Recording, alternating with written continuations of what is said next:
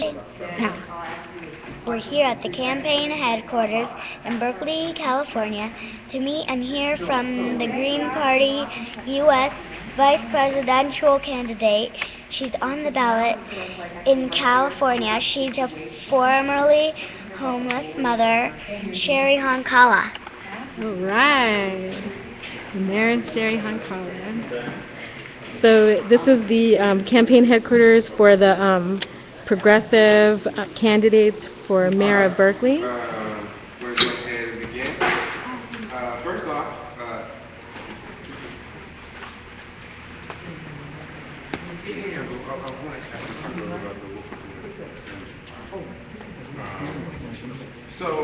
first off, I want to thank everybody for coming out and for hanging with us. It's been some time. Cheri just got finished with the interview with David D. We're going to ask him a little bit more about that later. So just to talk a little bit, we're going to hop right into it since we've been here for a while and it's coming up on 10. To talk a little bit about how we're going to format this. So we're basically going to be doing kind of a Q&A panel with our two candidates here this evening, Khalil and Cheri. We've had an exciting time with Cheri here in the back. We had an event last night in San Jose at Silicon Valley Debug. We were at class this morning at De Anza College. We had some time to meet uprising, although we weren't able to get her on the panel. I was on the panel there, and she had a radio show. I had an uprising. She had an uprising. The panel and the uprising. Right. Funny. And then, here we are this evening. So, again, thank you for coming out.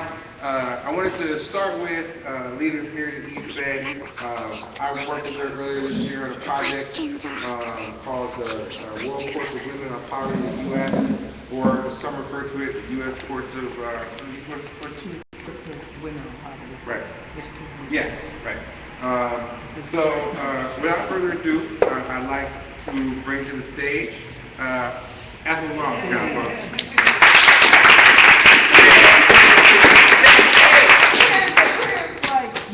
And Shamaka doing some rap to bring me up because they know I can't rap, and I'm just trying to understand why they not hooking me up.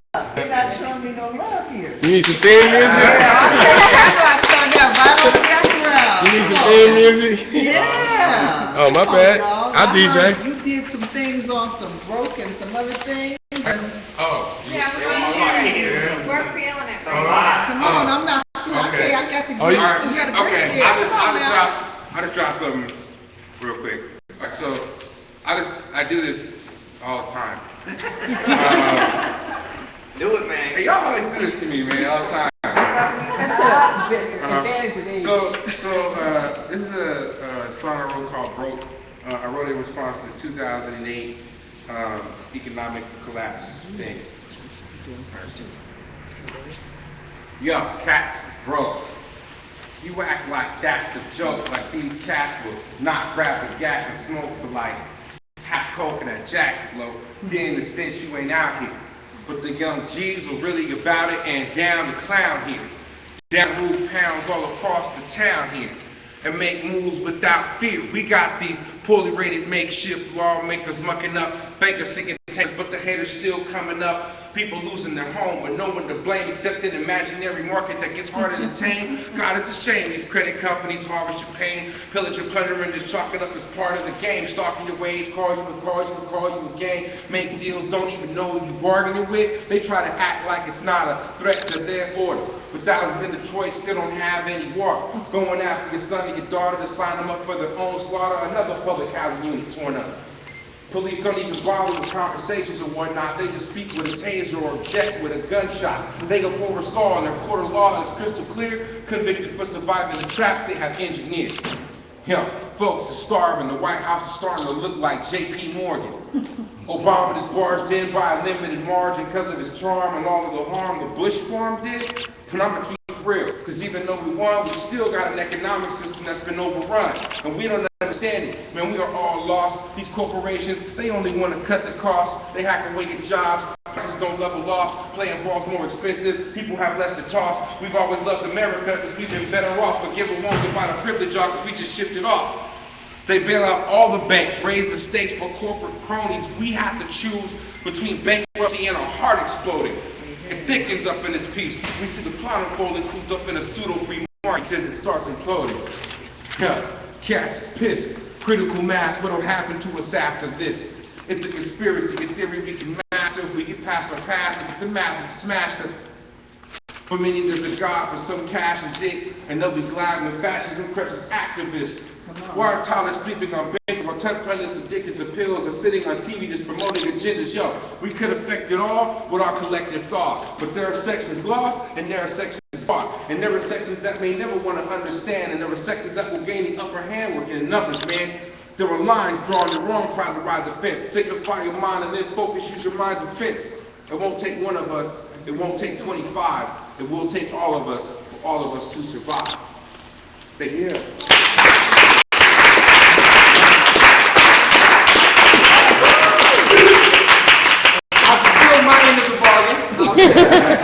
Got another, this each page, we're going, and JR, you being awfully quiet over there. I know you're injured. Okay, I know you don't rap, but you talk. I do, but you don't ask me. Oh, Okay. okay, we ain't going there, we're gonna be good for it. So I don't have a sound system, but just bear with me. So first of all, give it up again for my brother Shemako. My brother. So yeah, man, me and Shemako is brothers, and you know, we do hip hop concerts together. He's kind of one of my mentors who helped bring me around the country and understand my voice and my role as an artist and how we can expand into, you know, political movements, education. So I really wouldn't be here if it wasn't for brothers like Shemako. So yeah, thank you. Nice to meet you all. And this is just a piece I did, kind of like, this is kind of like the culmination of like what I feel like what we do and what we've built up to, like urban arts, education, activism. Those are the three main pillars. However way that could be, you know, seen or how you can formulate it. But I guess either I could rap it live or I could show the video. What do y'all think? Live. Y'all can check the video out later on the website. So this song, the video kind of shows it visually, but this song is part of my story. I have an album out called Mr. Network, kind of telling about my journey. And this is a big part of my story about just what it took to get to even to this point, or even just to make it through life, or even as an artist, activist, whatever. It's pretty simple. It's called It Ain't Easy. And I see, sorry, I'm sure some of y'all have the flyer, so. It's not that loud, but please bear with me. Everybody don't sound as good as Shemako, I can tell it. So yeah. Can y'all hear it a little bit? Yeah. Okay. So this I dedicated to my grandmother who passed away a while back. She was best friends with Maya Angelou, and I feel like her activism kind of set the tone for me, even though I didn't know it. And so I started off like that, you know, dedicating it to her and all the lost ones, all the people in the struggle. You feel me? Yeah. Feeling you. All right, okay. So get a little head bob. You know what I'm saying?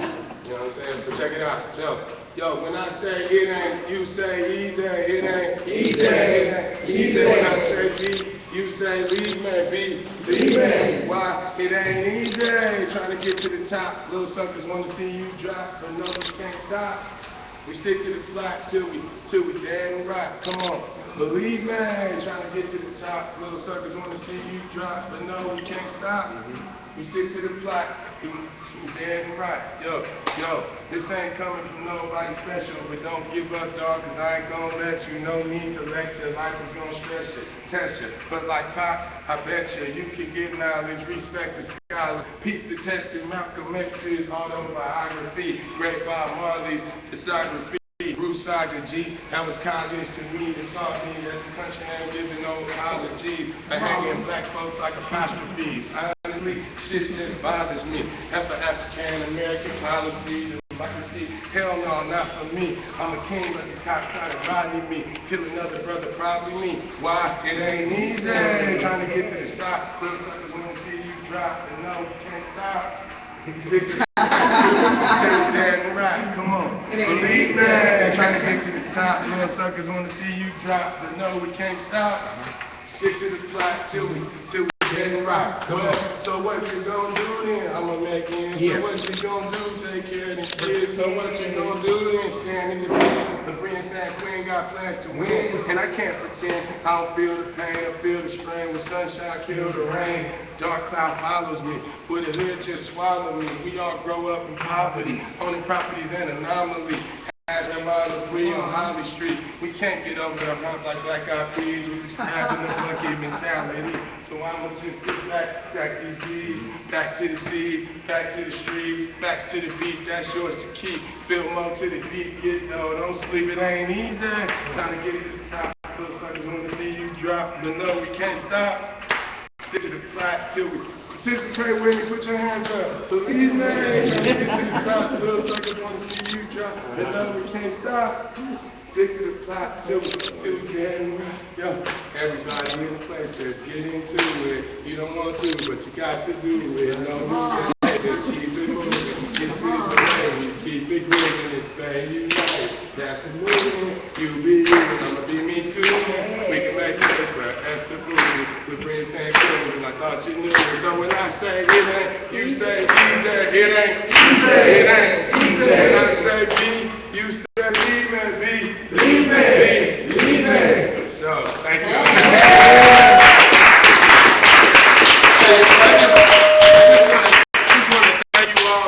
Understanding the role we want to play in the movement, because it was really hard for us to get people to see that when we first started doing it. We got a lot of closed doors in our face. People thought we was just trying to come in and they're like, oh, rap is bad. Why are you trying to teach these kids this and that? And like we found so many avenues on how to use hip hop as a vehicle. It's not really about, I was just talking to JR, people think we want to just teach kids to rap. It's not about that. It's about teaching, using it as a vehicle to find yourself. Or if you find that interest in hip hop, you gotta actually understand it. It's like a violin teacher and a trumpet teacher. If these kids is turned on by hip hop and they're excited like I was, and my teacher was telling me, you're gonna grow up to be a thug, you're gonna be nobody. Now you got programs like Youth Uprising, and you got different places where that can be built upon instead of just, all right, just a low-level person in society.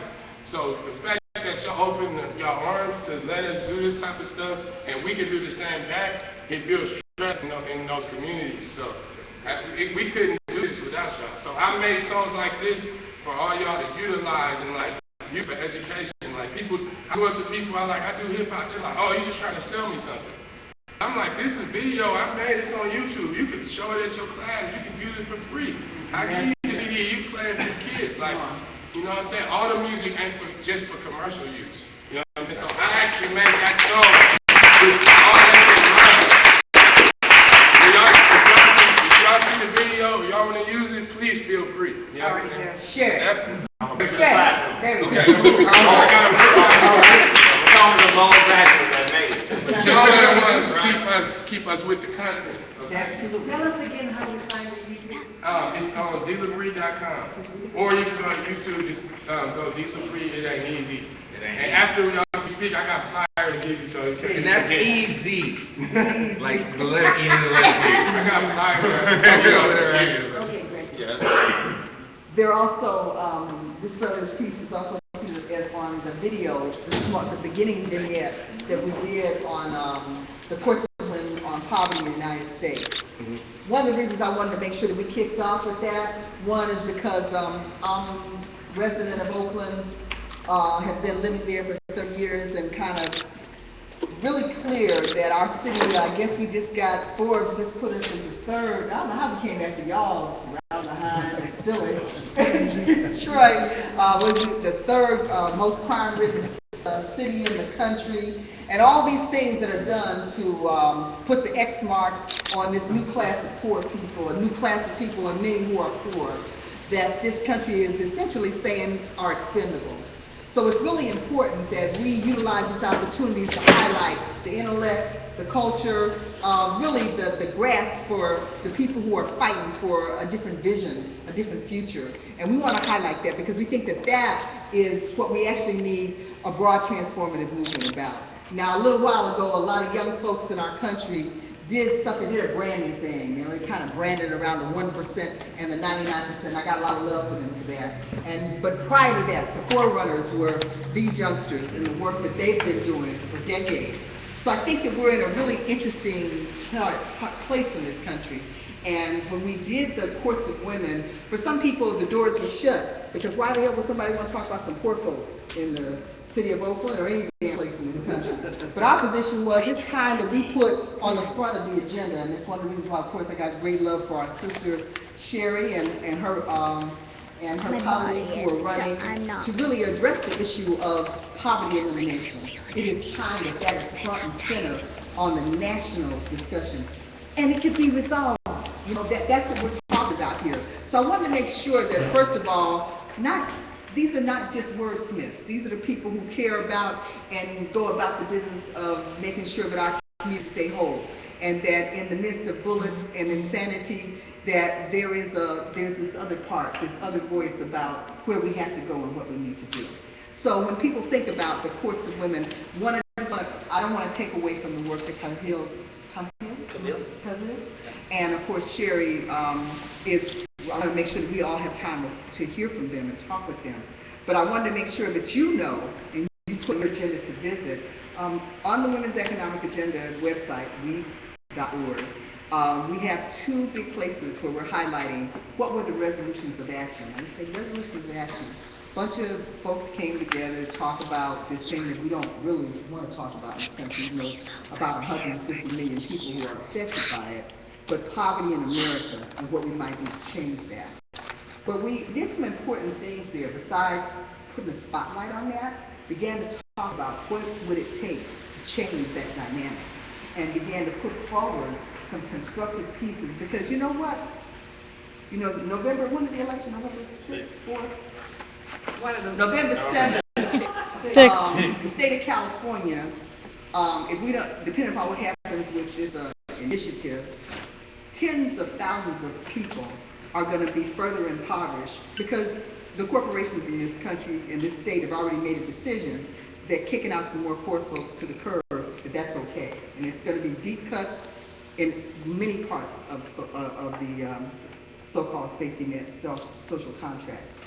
Similarly, on a federal level, if we have about 60 days, I guess, after the election, that whatever this lame duck Congress that's run by the corporations any damn way, Wall Street, and what they're going to determine how many people are going to suffer. So at the end of the day, we knew we needed to have not only a delineation of what the problem was, but also a delineation of what we saw as ways out of what we need to do in terms of building this transformative movement. Let me just make sure I'm really clear with you. I'm talking about thinking beyond capitalism. I know for a lot of people it's like, oh my God, here they go. Here she goes. Here she is, this black militant lady. Yep, check this out. If we can all go through, these young men just did some laying out of the death dirges that so many of our people are facing. We do not have to live this way. So one of the things that we wanted to try to do is think about how we change these laws and priorities so we might live, so we might thrive. So the resolutions of action are really focused on how we build and inform this broader movement to reframe a new America. So I offer that to you. They are listed there. It was a lot of good hard work. It's important that we not just call it the World Courts of Women because we've got three other ones that are happening in other parts of the country. Sister Cheri in Philadelphia, they're going to be doing one sometime next year. In Michigan, they will be doing one, and then there'll be one in the South. So we just had the honor of helping to do this with no money and kicking it off as crazy people do. But the idea was to help inform this process of, some people call it a precariat, whatever you want to, how you want to define it, but this new class that is being made up of all strata who are going to have to define what this new world looks like. But it's got to be based on the benefit of the billions of this on this planet as opposed to 1%. With that, I thank you for having me. I'm really happy to be here. Go to the website, week.org. Go to one of two places of growth, WCW, or see the video that these young people, that both the conference and this brother's video was featured and talked about there as well. But our effort is, how do we link up these processes and build a transformative movement? So we're into that, and we're happy to be here and to lend our voice in support of our sister, and we're really proud of her and the fact that she's on this ticket and handling her business, and we got a lot of love for her. So with that, Dr. Cheri, in the People's Tribune, we got a few here. Ththese ladies have been, I'm not supposed to call you ladies, but I'm a lady. Well, you keep saying young folks, so yeah. I know, it's old folks and young folks. But they're, this campaign is highlighted. We think it's really exciting and important, and this is a part of a press that is making a difference in trying to link up this movement on a national level. And so I wanted to make sure that you guys knew that, and it's there. I don't have as many copies as we have, and you can go to our website to get fact sheets about poverty in California. I just slipped them over to Cheri so she can do that when she does her stump speech, and why poverty is important. Amongst the resolutions that we covered was on healthcare for the 99%, and that was making a call for improved Medicare for all. And there's a lot of places, a lot of allies that are working on that. That's been a part of a focus of our work for more than 20 years. But if you're here in the Bay Area, we do trainings on this. We invite you to help us do that as well. But we consider that as a part of the transformation. That was one of the 5 resolutions of action that where we spoke to this beside the one on poverty, jobs, and immigration. So I don't have enough of these, but y'all can share them here if you got, in your same network. Okay, that's good. All right then. So anyway, that's it, and I'll shut up for real now. Thank you.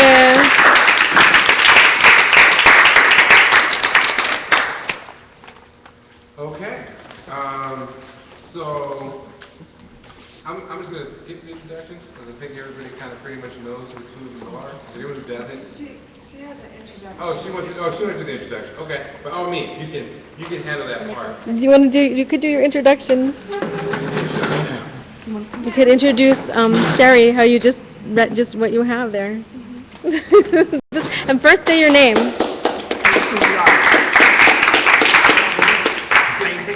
Yeah, there you go. Hi, I'm Millea, and I'm going to read an introduction. Awesome. We're here at the campaign headquarters in Berkeley, California, to meet and hear from the Green Party U.S. Vice Presidential candidate. She's on the ballot in California. She's a formerly homeless mother, Cheri Honkala.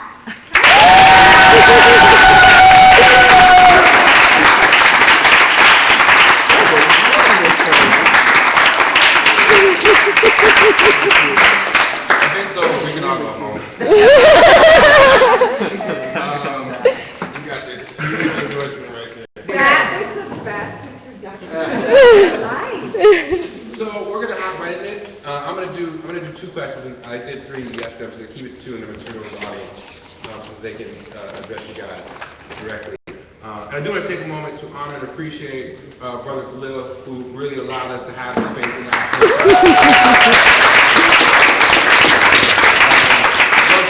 And hopefully everybody here is working on his campaign. Right, too. you know what I mean? Okay.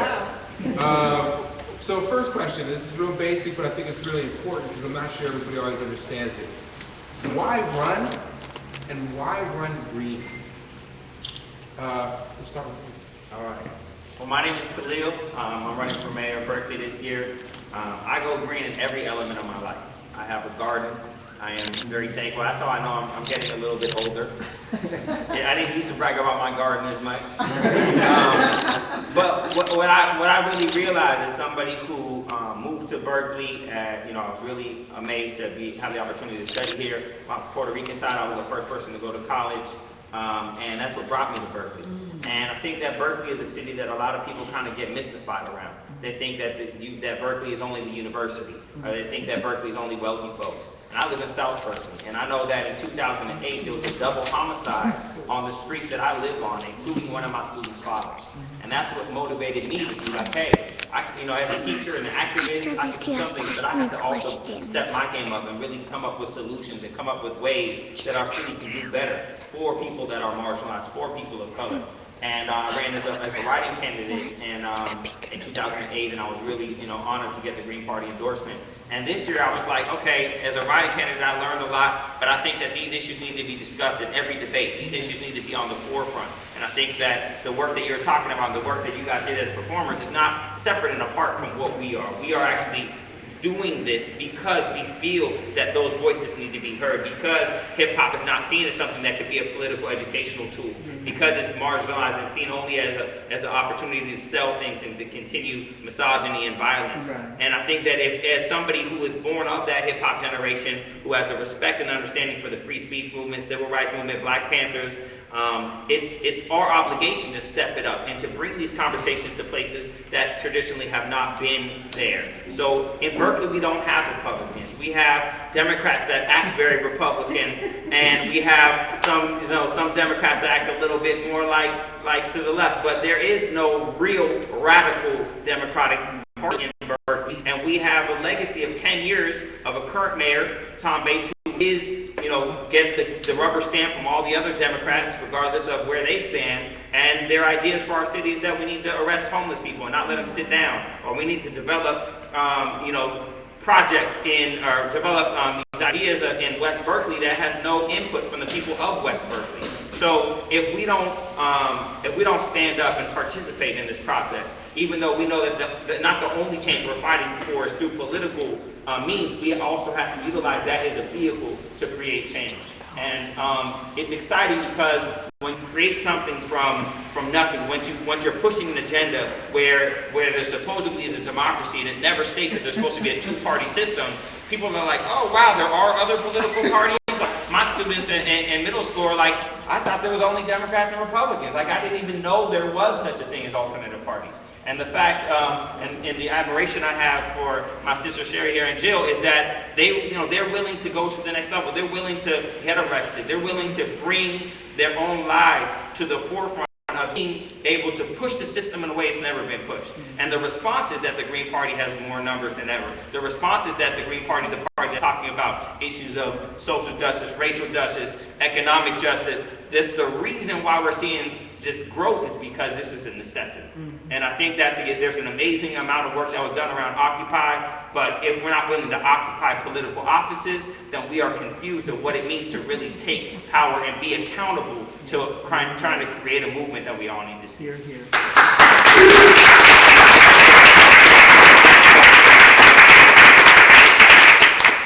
Ditto. Ditto sidebar. I got something to add. No stealing anyone else's answers. Even if they're good ones. So I really wanted to go into comedy, and so maybe that's why I'm running for office now. But the thing is that very similar to a lot of the stuff that he was saying is that my deciding to run for vice president, I don't think you actually decide to run for vice president. It's like a continuation of a long journey, and it was the thing. It was the work that I have to be doing. There is no other choice. And would this have been the thing I would have chosen in my life? No. Running for sheriff, would I have chose to do that? No. This was just the next step, and I see all of these things inseparably connected to each other, and that's probably why we're such a dysfunctional country, is because we don't see these things inseparably connected to each other, and because there's nobody out there that's talking about whether or not we care about taking a position around our highest offices, about whether or not we care that they're going to have another drone here in Oakland, or if we're gonna drink poisonous water, or we're gonna, have mountaintop removal, or if we're gonna continue to have mass incarceration. And it's really, to stop this insanity and to fill the airwaves in every possible way that we possibly can to talk about these things in whatever kind of spaces that we can talk about these kinds of things, because they're not being talked about, even in their little 5-second sound bites. And these are all really life and death issues that we're talking about. And the day after the election is really going to be the awakening. Yep. For people in this country, regardless of how you vote. And, our survival depends on building this independent political motion in this country. And so, yeah, couldn't sit this one out. And why green? I've known about the Greens forever, and I was one of those people that I can't stand now that I'm 49. Yeah, no, can you believe? Oh my God. But, I was one of those people that forever was like, well, they don't meet my perfect standard, so because they're not perfect, I'm not showing the green. And then I grew up and realized, like my mom always taught me, like, if you don't like the way things are, you got to make it the way you want it to be. So I joined the Green Party, and I brought all my millions of friends across the country with me. And so now it's terrible, because now we gotta stop crying about, like, well, it doesn't look like me.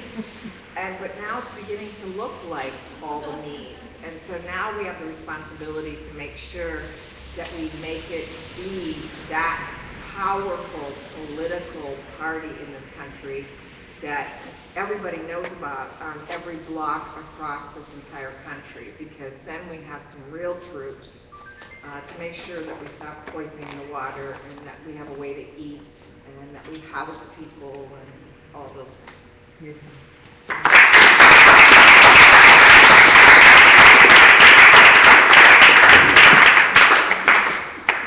Let's talk resistance to the conversation you two are trying to have. Clearly, the first time I came to this campaign headquarters, you handed me a newspaper, and then the newspaper said, Democrats don't want to hear what Khalil's talking about right now, and you were basically being kept out of a debate, right? And Cheri, I was with you and Jill at the DNC. And I think maybe outside of one or two people in the international press, we got no coverage. Nobody was interested.